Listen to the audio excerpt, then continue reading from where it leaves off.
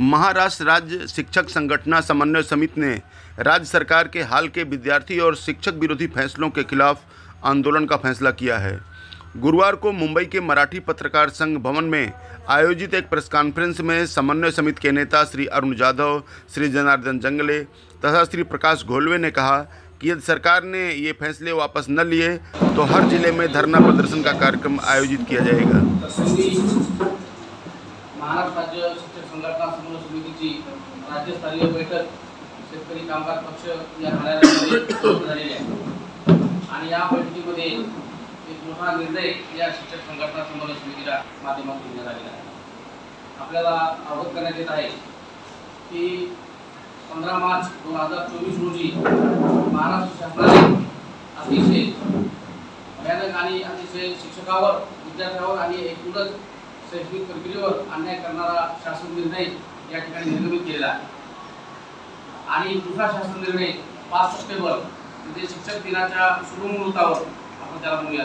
तर शिक्षक दिनाच्या शुभमुहूर्तावर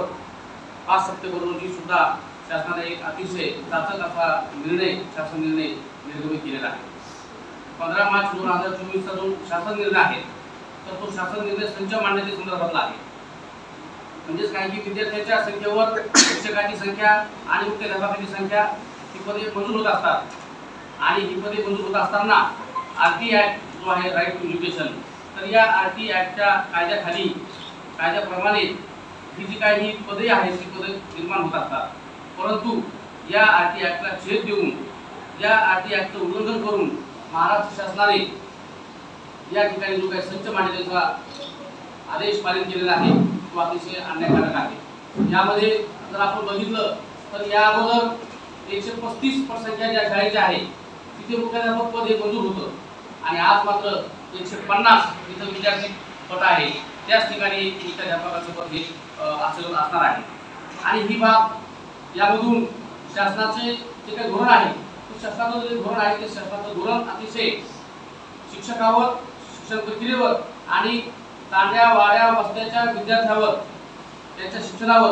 परिणाम करणारं असं धोरण आहे। आणि म्हणून या धोरणाला विरोध करण्यासाठी आम्ही राज्यस्तरीय आंदोलन या ठिकाणी उभं केलेलं आहे। दुसरा जो शासन निर्णय आहे तर दुसरा शासन निर्णय 5 सप्टेंबर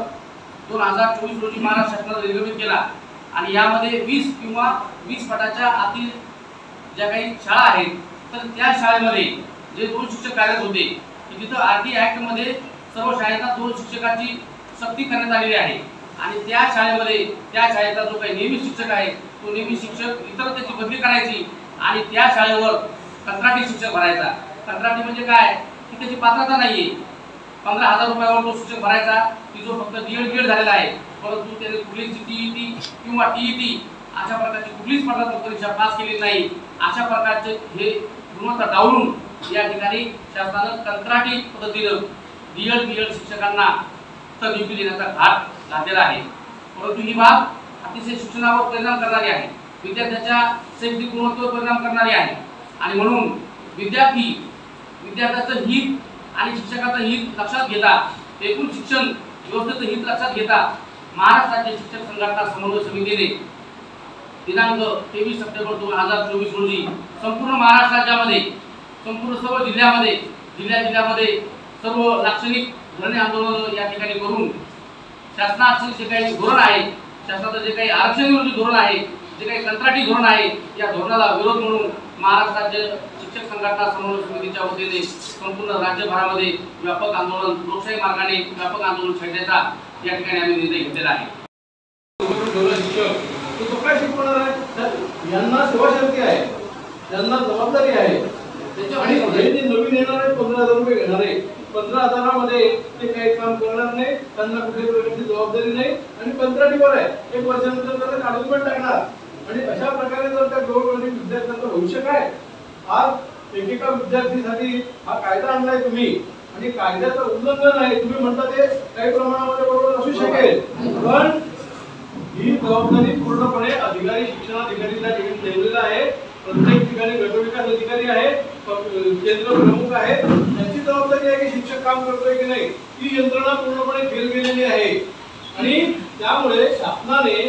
त्याच्यावर सुधारणा करण्याच्या ऐवजी या ठिकाणी कंत्राटी पद्धतीने फक्त पैसे वाचवण्यासाठी ही योजना जी आहे फक्त पैसे वाचवण्यासाठी आहे। आणि जर तुमच्याकडे पैसे या महत्वाच्या मूलभूत शिक्षण हा मूलभूत अधिकार शासनाने केलेला आहे आणि त्यामुळे मूलभूत अधिकार त्या शेवटच्या मुलाला घटकाला मूलभूत अधिकार मिळाला पाहिजे ही समन्वय समितीची मागणी आहे।